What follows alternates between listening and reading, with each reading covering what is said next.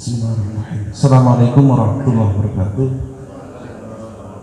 Innal hamdalillahi ala kulli ni'mah wa ala kulli hal. Asyhadu an la ilaha illallah wahdahu la syarikalah wa asyhadu anna Muhammadan abduhu wa rasuluhu la nabiyya ba'dah. Allahumma shalli wa sallim wa barik ala sayyidina Muhammad wa ala alihi wa sahbihi ajma'in. Yang Allah hormati Mayai Markus Mariani dan segenap masyaikh, asatidz serta pengurus pondok pesantren Hidayatul Muhtadin. Langsung saja nanti karena mungkin ada tanya jawab dan diskusi. Memang mau tidak mau, suka tidak suka, kehidupan harus kembali berjalan normal. Yang menjadi masalah adalah apakah memang aman, cukup aman apa tidak aman. Nanti kita dengarkan paparan berikutnya. Sebagai pendahuluan bahwa pada dasarnya COVID-19 adalah penyakit influenza yang bermutasi.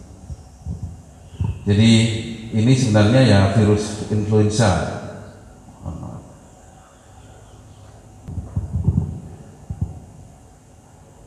Sifat virus itu terhadap tubuh harusnya hanya sekali sakit, setelah itu terbentuk kekebalan tubuh long life, artinya seumur hidup. Orang kena polio pastinya hanya sekali, orang kena gondongan itu pastinya sekali. Ada beberapa virus yang mudah mutasi. Nah kalau mudah mutasi itu contohnya influenza ini. Jadi kekebalan yang dulu dibentuk, virusnya berubah bentuk. Saya kalau menggambarkan, misalkan kita ini manusia, ada 1-2 anak dari kelahiran manusia itu yang kelainan, misalnya kakinya 3 gitu. Tapi ketika dia melanjutkan generasi berikutnya, tetap kembali ke kaki 2. Virus ini enggak, dia tetap menjadi kaki 3, rasnya tetap manusia tapi menjadi anaknya kaki 3 terus. Setelah sekian kali mempunyai anak kaki 3, dia bisa berubah lagi bentuk, jarinya yang mestinya 5 menjadi 6 misalnya. Itu bisa menurunkan seperti itu.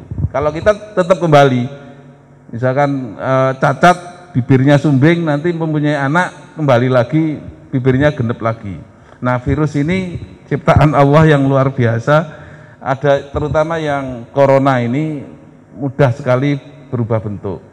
Berbeda dengan virus yang campak dan lain sebagainya, itu hanya biasanya sekali orang gabaken. Nah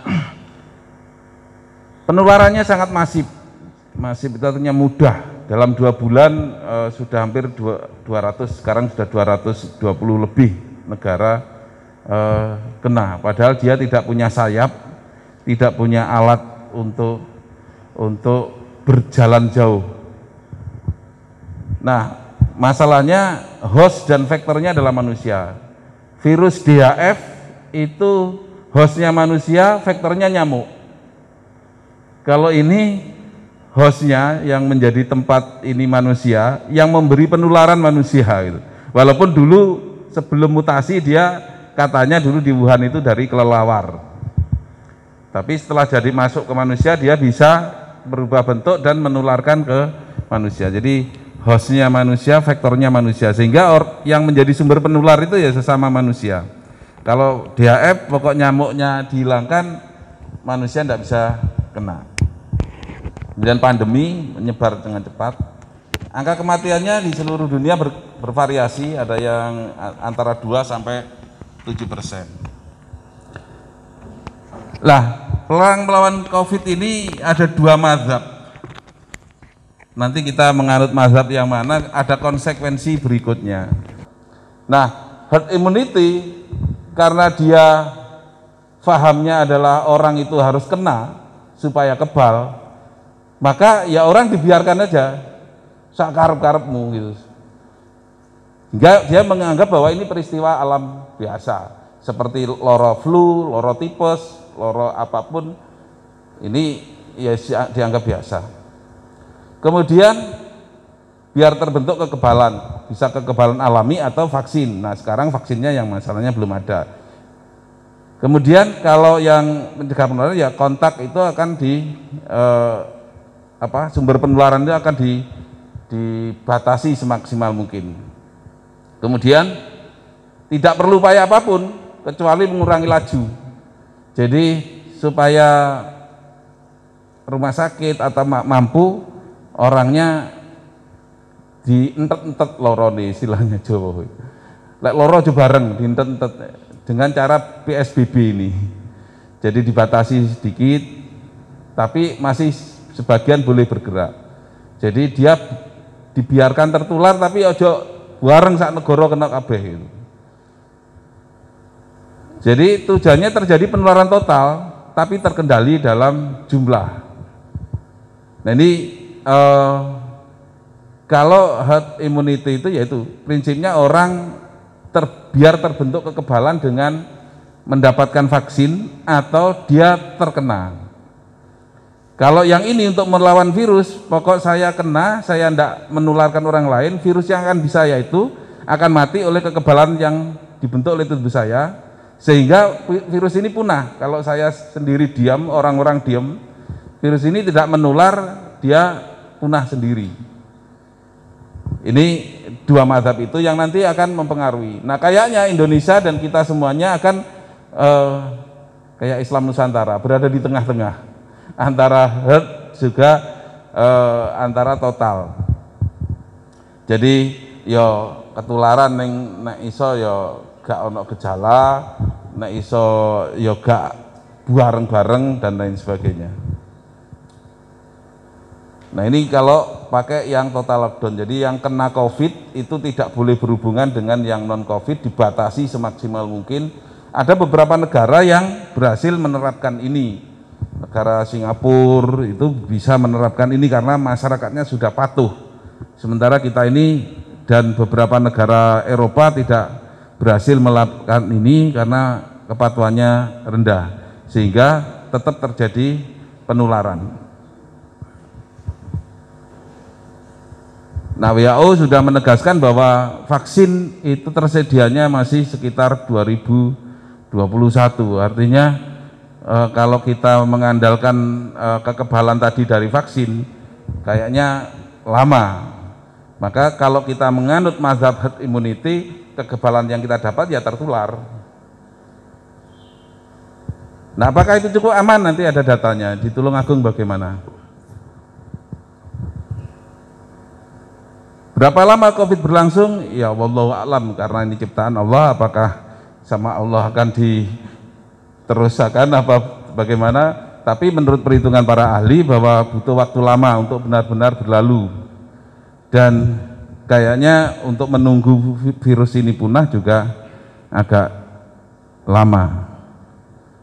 Nah ini update angka nasional per tanggal 29 kemarin, itu nasional sudah 25.000, kemarin tambahnya 678 orang yang positif, yang meninggal 1.520, tambahnya sehari kemarin ada 24 yang meninggal nasional, yang sembuh ada 6.000 sekian. Jawa Timur, ini Jawa Timur sedang idola ini di kancah nasional, karena Jakarta sudah mulai menurun, Surabaya meningkat. Penambahan sehari kemarin ada 101, sehingga total menjadi 4.414. Yang meninggal kemarin 11 di Jawa Timur, kemudian kasusnya menjadi 341, yang sembuh tambah 22. Nah Tulungagung bagaimana? Tulungagung total ada 57 yang merah itu. Yang sekarang di karantina ada 39, dirawat di rumah sakit sekarang ada 7, yang sembuh sudah 18, meninggal 1. Nah dari data yang kami dapat bahwa yang sakit itu 17,02%, Dari 57 itu berarti sekitar 8 saja yang orang yang sakit. Sisanya 82,08% sehat. Jadi dari 57 itu 82%-nya tidak ada gejala apa-apa. Artinya kalau kita mau bermadzhab herd immunity, jar-jarno, dari orang 57 itu yang sakit hanya 8 orang. Ini nanti misalkan pondok pesantren itu jar-jarno aja misalkan, itu ya yang sakit hanya segitu. Dan dari 8 yang sakit itu tidak ada sakit yang berat, hanya 1 terus meninggal itu. Artinya sakitnya lebih banyak karena dia membawa sakit sebelumnya. Yang meninggal itu juga sama, dia membawa sakit sebelumnya. Jadi belum ada kematian di Tulungagung yang murni karena COVID. Jadi 1 itu. Nah dari 57 ini sebagian besar itu usia produktif. Jadi antara 20 sampai 50 tahun yang paling banyak. Nah yang sakit-sakit ini, yang 8 ini yang di atas 50 tahun. Dan itu ada yang kena stroke, ada yang stroke itu 2, yang diabetes, kemudian ada yang jiwa yang dari Kalidawir itu. Jadi sakit jiwa, ya. Jadi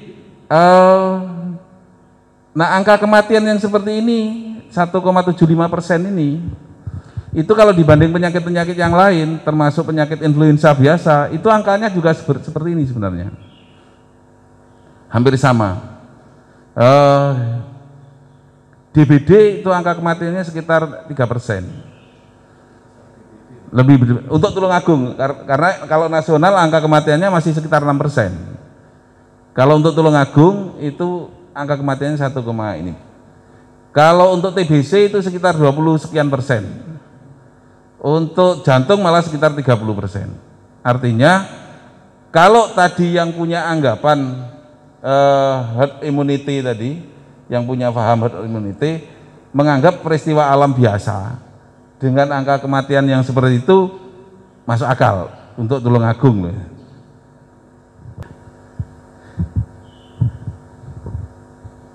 Nah ini sebenarnya cukup untuk dasar bagi kita untuk kami di jajaran kesehatan, Pak Direktur dan Dinas Kesehatan, untuk memberanikan diri membuat keputusan berdamai dengan COVID ini. Karena data di Tulungagung seperti ini.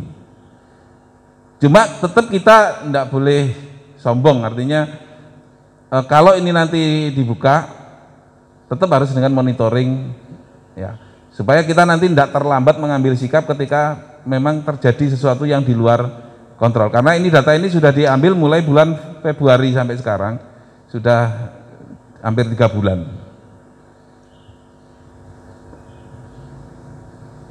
Nah ini yang kemarin kita mengambil sampling, ada di Pasar Ngemplak, ada di Bravo, Golden, Apollo, Ngujang. Itu kita mengambil sampel sebanyak 329 sampel, kita menemukan 4, artinya 1,2%. Perkiraan orang Tulungagung yang kena yang tidak terdeteksi. Karena kalau kita ngambil kemarin sebelumnya kita melakukan tracking di Jabal Sari sama pabrik rokok, itu komunitas yang memang angka penularannya tinggi, kita abaikan. Kita anggap bahwa tempat-tempat ini yang datang cukup mewakili dari beberapa daerah dan orangnya cukup rucah, istilah Jawa nih.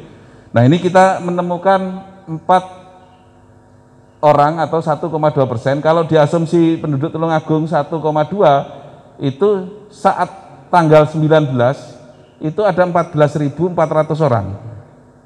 Kita ikuti datanya sampai sekarang, masih kita ikuti. Apakah pasti ini sampai sekarang sudah tambah, bisa menjadi 2 kali lipatnya karena tidak kita isolasi, tidak kita apa-apakan. Kita ikuti perkembangannya di tempat-tempat vaskes, fasilitas kesehatan. Apakah terjadi peningkatan kesakitan? Kalau ada peningkatan kesakitan, berarti kita harus bertindak, tidak dibiarkan. Ini kan dibiarkan ini. 14.400 ini kita biarkan orang. Karena menjelang lebaran orang bepergian, saat lebaran juga ini udah kita biarkan sambil kita lihat efeknya. Sampai sekarang tidak ada peningkatan di Rumah Sakit Dr. Iska dan di rumah sakit lain. Artinya jumlah ini sudah bertambah, tapi angka kesakitannya tidak bertambah. Padahal yang positif ini pasti lebih dari ini dan sudah menyebar. Mungkin di antara kita mungkin.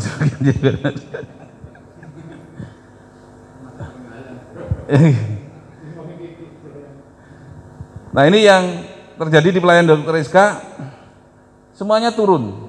Padahal wabah mestinya kalau di Surabaya ini semua rumah sakit tidak muat. Di Tulungagung turun. Jadi IGD di luar pandemi ini 3.000 sekian per bulan, ini hanya sekian. Jadi tinggal 50%. Rawat jalan turun sekian, rawat inap sekian. Tulungagung memang mengambil sikap waktu awal-awal kita sudah membuat pola penanganan COVID ini, termasuk ada rusunawa dan macam-macamnya, itu yang tidak dimiliki oleh kabupaten lain. Kabupaten lain terlambat mengantisipasi. Trenggalek itu tidak punya shelter, baru punya shelter setelah ada pasien beberapa masuk, sebelumnya diisolasi aja di rumah. Sampai sekarang ruang isolasi kami itu terisinya masih sekitar 60%. Dari dugaan yang kita duga pasien itu COVID. Tetapi ternyata yang kita duga COVID itu sebenarnya hanya 4%. Dari PDP ODP kita yang setelah keluar hasil laborat itu yang benar-benar positif hanya 4%. Jadi sekarang katakanlah kalau tadi di slide awal tadi yang sedang dirawat sekian, itu berarti tidak semuanya COVID, hanya 4% yang COVID. Kenapa? Kok tidak bisa segera tahu? Karena kita meriksanya itu ke Surabaya, jadinya itu bisa seminggu, bisa 10 hari baru jadi. Yang kemarin heboh itu kita datangkan yang datang langsung bisa diperiksa hasilnya. Jadi sehari langsung jadi, tapi cuma untuk 200 sampel. Kita sudah dapat bantuan dari pusat sebanyak 4.800 sampel, tetapi alat itu masih diinstal, kira-kira 1 minggu 2 minggu ini bisa kita dapatkan, sehingga nanti akurasinya lebih besar lagi. Mohon maaf, mungkin ini menjadi keluhan masyarakat ketika banyak ODP yang meninggal atau PDP meninggal yang tidak bisa dikuburkan secara layak, bukan secara layak sih, syar'inya sudah dapat tapi keluarga tidak bisa merawat. Itu karena kita tidak punya alatnya ini, jadi hanya dugaan-dugaan. Padahal sebenarnya yang, mohon maaf, ini bukan untuk dikonsumsi di luar, yang sekarang ini meninggal di ODP kan yang aslinya ya cuma 4%, jadi yang 96% itu bukan gitu. Tapi wis terlanjur dikuburkan setelah itu. Iya, karena jaga-jaga, kalau nunggu hasilnya jenazah misalkan meninggal sekarang, hasilnya masih 10 hari lagi, masa jenazahnya tidak dikuburkan, tidak dirawat dan lain sebagainya. Dan itu sudah memang petunjuk dari Kemenkes, dianggap ini daripada membahayakan lingkungan dan lain sebagainya. Nah, karena COVID ini berdampak semuanya, baik kesehatan, sosial, ekonomi, pendidikan termasuk di pesantren ini, maka dari cerita tadi tidak mungkin kalau kita berdiam atau bertahan pada kondisi ketakutan yang menyebabkan orang mungkin terselamatkan dalam tanda kutip dari COVID, tapi Dari sisi ekonomi malah tidak selamat dan lain sebagainya. Toh angkanya tadi seperti itu.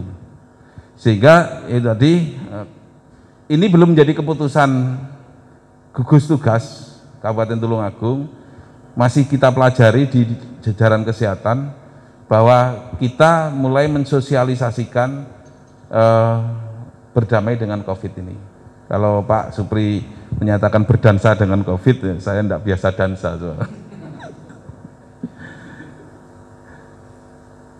Jadi memaknai berdamai dengan COVID adalah pertama kita gagal melawan laju penyebaran COVID.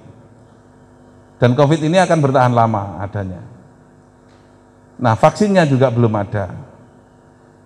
Dan telah terjadi transmisi tadi, ada 14.000 sekian yang di antara kita, dan mungkin sekarang sudah lebih dari itu, dan tidak berdampak meningkatkan kunjungan orang yang sakit COVID di rumah sakit. Sehingga tidak ada jalan lain kecuali untuk membuat kebiasaan baru, tanda kutip tradisi baru, untuk berdamai. Cuma tetap kembalinya tadi itu, kita kalau bermazhab herd immunity, ya nggak usah ada kebiasaan baru, nggak perlu adab, karena ya itu penyakit biasa pada flu, pada apa, nggak perlu ada upaya apa-apa. Cuma karena kita ada aturan nasional dan lain sebagainya, ya pura-puranya aja. Begitu, karena saya di syuting saya harus pakai masker kan gitu.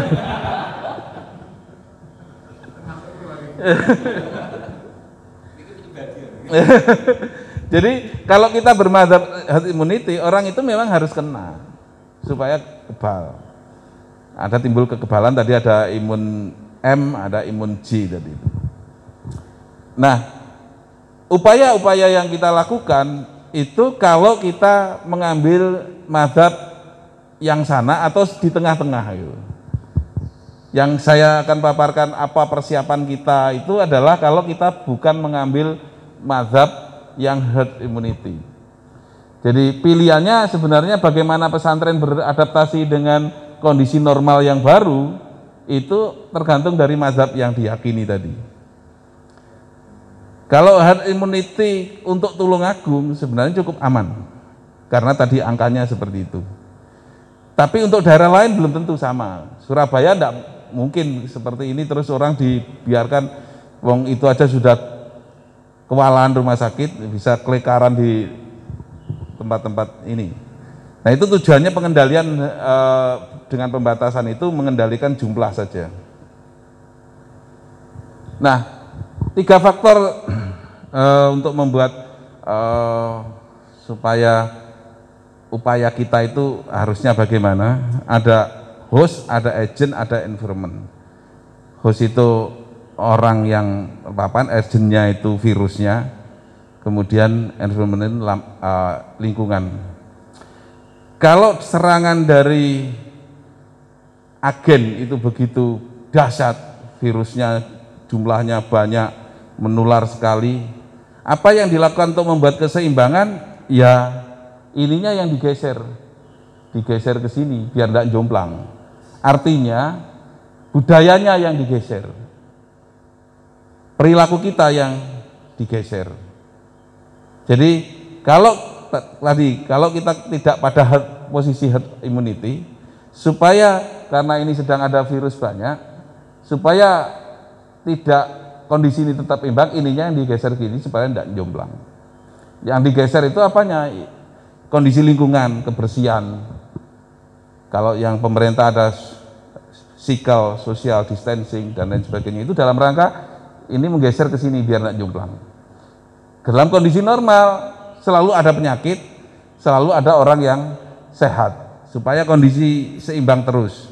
Nah sekarang ini sedang ada wabah. Nah supaya ini tidak ininya yang digeser ke sini. Nah strategi menuju normal untuk ini, sekali lagi ini kalau kita tidak mengambil mazhab yang immunity. Apa yang harus disiapkan oleh pesantren? Sarana, SDM, sistem pembelajaran, regulasi dan lain sebagainya. Dari sisi sarana, misalkan ini Sekali lagi kalau mengambil mazhab yang itu. Ruang pembelajaran dan kamar yang memungkinkan untuk physical distancing. Jadi kalau ngaji akhirnya ya enggak oleh dempet-dempetan, mungkin kapasitas kamar harus dikurangi jumlahnya supaya ini. Kalau sekali lagi ini kalau mengambil mazhab yang bukan herd immunity. Kemudian ada bukan alternatif tapi ada pilihan bagi santri yang tidak berani memang. Karena ada beberapa pesantren itu yang orang tuanya disuruh ngisi kuesioner. Masuk apa tidak masuk gitu. Kalau tidak masuk menyediakan sarana pembelajaran jarak jauh. Di pondoknya pesantren anak saya itu ada kuesionernya. Pilihan bagi orang tua kalau memang benar-benar tidak tatak itu ada pilihan untuk daring. Kemudian ventilasi dan pencahayaan sinar matahari harus cukup baik, baik itu di kelas maupun di dalam pondok atau di kamar. Semua sarana yang model aksesnya pakai tangan diusahakan ganti pakai akses pakai gitu. Handle pintu misalkan itu buka ada beberapa lift yang sudah dimodifikasi, dulu nutul begini tapi sekarang pijetannya di kaki, atau disediakan tisu di sebelah situ waktu mau buka itu pakai alas tisu. Ini sekali lagi upaya-upaya kalau kita tidak berpaham herd immunity. Tersedia alat cuci tangan dan masker yang cukup. Transaksi pembayaran kalau bisa tidak tunai, pakai akun apa itu namanya? Bukan. Jadi kalau virtual account. Jadi santri sudah tidak membayar pakai virtual account. Kemudian tersedia ruangan dan sarana kesehatan, tadi Yai sudah ada perawat, ada dokter, serta ruang isolasi atau karantina. Kalau ini sekali lagi kalau tidak itu. Tapi memang yaitu nanti pasti dari pemerintah itu kemungkinan karena mazhabnya di sana juga macam-macam, itu mungkin akan lebih aman kalau ada ditunjukkan ini nanti kalau ada suatu karantinanya di ruangan ini misalkan itu mungkin lebih akomodatif untuk pertanyaan-pertanyaan yang menyulitkan, terutama untuk teman-teman pengurus RMI nanti, bahwa di semua pondok sudah disediakan satu ruangan kalau ada apa-apa ada karantina di situ. Ini contoh kalau dari sisi sarana. Kemudian kalau dari sisi SDM, yang pertama adalah mindset new normal pada para santri dan asatid dalam kondisi hidup berdampingan dengan corona. Bahwa di antara kita itu ada corona, misalkan yaitu tadi kedisiplinan pakai masker, cuci tangan dan lain sebagainya itu harus sampai kepada semua pondok. Sekali lagi ini kalau mindsetnya adalah mindset bukan herd immunity. Kemudian disiplin ber-PHBS, banyak disediakan tempat cuci tangan dan lain sebagainya. Kemudian bersedia mengikuti protokol kesehatan termasuk bila di karantina. Jadi kalau misalkan ada santrinya yang ya kowe sementara ora oleh melok kegiatan yang ruangan ikiai, makanan diantar dan lain sebagainya. Kemudian selalu menjaga kekebalan tubuh dari sisi SDM. Ini hanya contoh-contoh aja, nanti mungkin para pengurus bisa merumuskan. Pertama tadi itu mazhabnya mau dipakai yang mana. Kalau mengambil tengah-tengah ya demi menghormati pemerintah juga enggak apa. Nanti yang penting ada masker, ada cuci tangan dan lain sebagainya. Kemudian di sistem pembelajaran, desain sistem pembelajaran yang lebih banyak menggunakan ruang terbuka. Jadi seperti di masjid gini kan terbuka, cukup udara yang lewat. Mengurangi kegiatan yang mengakibatkan berkumpulnya orang banyak. Kalau banyak tapi jaraknya ditata, terus ruangannya banyak terbuka. Tapi kalau meskipun physical distancing tapi ruangannya tertutup ya podai, bulat di situ aja. Kemudian selalu menjaga physical distancing, menggunakan masker, cuci tangan, wudu sesering mungkin. Pembelajaran jarak jauh bila kondisi tatap muka tidak bisa dilaksanakan. Ini juga mungkin sebagai mitigasi apabila, karena saya baca di media online kemarin, Menteri Pendidikan itu akan menunda pembelajaran sampai akhir tahun. Tapi kalau Kemenak belum. Jadi kalau Kemenak tetap ada surat edarannya bahwa diserahkan kepada daerah masing-masing. Kalau ini memang akhirnya seperti itu, atau ketika new normal ini diterapkan gagal seperti Korea Selatan, kemudian diliburkan lagi misalkan, ya ini sebagai mitigasi kalau itu terjadi, pembelajaran jarak jauh. Kemudian pengaturan jadwal kegiatan pembelajaran dan istirahat harus seimbang supaya tadi itu, kalau anak-anak kena, kondisi kekebalannya bagus sehingga dia tidak sampai sakit. Kemudian waktu istirahat untuk berjemur, jadi misalkan ada waktu istirahat berapa menit pun itu disarankan anak-anak untuk berdiri di sinar matahari.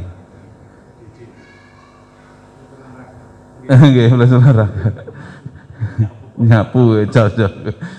Kemudian dari sisi regulasi, karena new normal ini memerlukan aturan, tata aturan yang baru, yang tertulis biar jelas. Kemudian ada pendisiplinan, protokol kesehatan tadi, dan peraturan tentang pemeriksaan kesehatan berkala. Jadi kalau tadi Yai sudah merencanakan ada petugas, nanti kalau memang waktunya periksa ya harus periksa. Ini sebenarnya ada video di YouTube-nya, tapi isinya ya sama sebenarnya. Mungkin itu yang bisa kami sampaikan. Selebihnya kalau ada diskusi atau mungkin nasihat dari HAI untuk kami juga nanti di kesehatan selanjutnya bagaimana. Sementara kami akhiri. Assalamualaikum warahmatullahi wabarakatuh.